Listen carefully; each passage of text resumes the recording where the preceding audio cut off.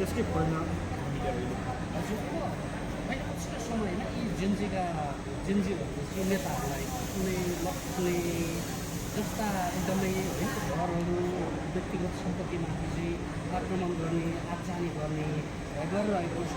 अहिले बाहिर निस्किने अवस्था छैन राजनैतिक दलका नेताहरू। यसलाई चाहिँ हजुरले कसरी हेर्नुभएको छ? यस्तो छ जेन्जीहरूले आन्दोलन मलाई लाग्छ मैले बुझेको चाहिँ स्वस्फूर्त रूपमा गर्यो। त्यति बेला जुन घटनाक्रमहरू बिस्तारै विकसित भयो त्यसको आक्रोशको रूपमा विस्फोटित भयो। त्यहाँ धेरै कुनै ठुलो तयारी छ जस्तो मलाई लाग्छ, बुझाइ पनि छ जस्तो लाग्छ। आक्रोशको रूपमा आएपछि त्यहाँ के भइदियो भन्दाखेरि विभिन्न किसिमका घुसपैठ पनि भयो। जुन चाहिँ प्रचार मात्रको आन्दोलन थियो तपाईँले देखिहाल्नुभयो, सबै किसिमका पात्रहरू त्यसमा आफ्नो आफ्नो स्वार्थ सेक्नको लागि पनि उत्रे, प्रतिशोध साध्नलाई पनि उत्रे, कति त राजनीतिक रूपमा हारेका अघिल्लो निर्वाचन त्यसको बदला लिनको लागि पनि उत्रे, विरोधी पार्टीका कार्यालय जलाउनको लागि पनि उत्रे। त्यही भएर त्यसमा धेरै फ्याक्टरहरू भएको होला। त्यो चाहिँ अब अनुसन्धान लिने छानबिन लिने बताउने हो।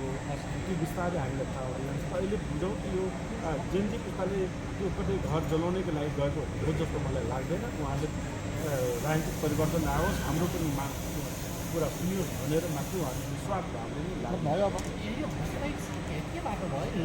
कुनै पार्टीबाट परिचालित व्यक्तिहरूबाट भयो, पार्टीबाट परिचालित भयो जस्तो त्यो लाग्छ? मैले पनि हेर्नु धेरै जानकारी थिएँ, म पनि अलिकति बाहिर थिएँ। मलाई पनि धेरै भिडियो हेर्ने मौका पनि पाइनँ, आफूले प्रत्यक्षमा हेर्ने मौका पनि पाइयो। म छाकिन भन्न सक्दिनँ, यो छानबिनले देखाउने सक्ने म आशा गर्दछु। कुनै अहिले अन्तिममा अन्तरिम सरकार विघटन भइसकिसकेपछि अहिले चाहिँ सुशीला कार्की प्रधानमन्त्रीको रूपमा नियुक्त हुनुभएको छ। यो विषयलाई चाहिँ अहिले ठिक छ, उहाँले अब ठुलो एउटा जिम्मेवारी पुग्नु भएको छ देशलाई विकास दिने। उहाँले देशलाई निकास दिनुहुन्छ भन्ने म शुभकामना। सरकार अन्य राजनैतिक दलहरूले त यो संविधान विघटन पनि हुने गरिरहेका छन्।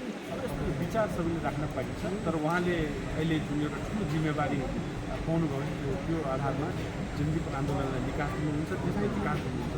सबैले आशा गरौँ, किनभने म शुभकामना दिइरहेको छु। उहाँ चाहिँ जुन निर्वाचन रोकिएको छ त्यो समयमै सफल गराउनुहुन्छ, नयाँ जनादेश दिएर नयाँ सरकार गठन हुन्छ, म्यान्डेट दिनु सफलतापूर्वक निर्वाह गर्नुहुन्छ।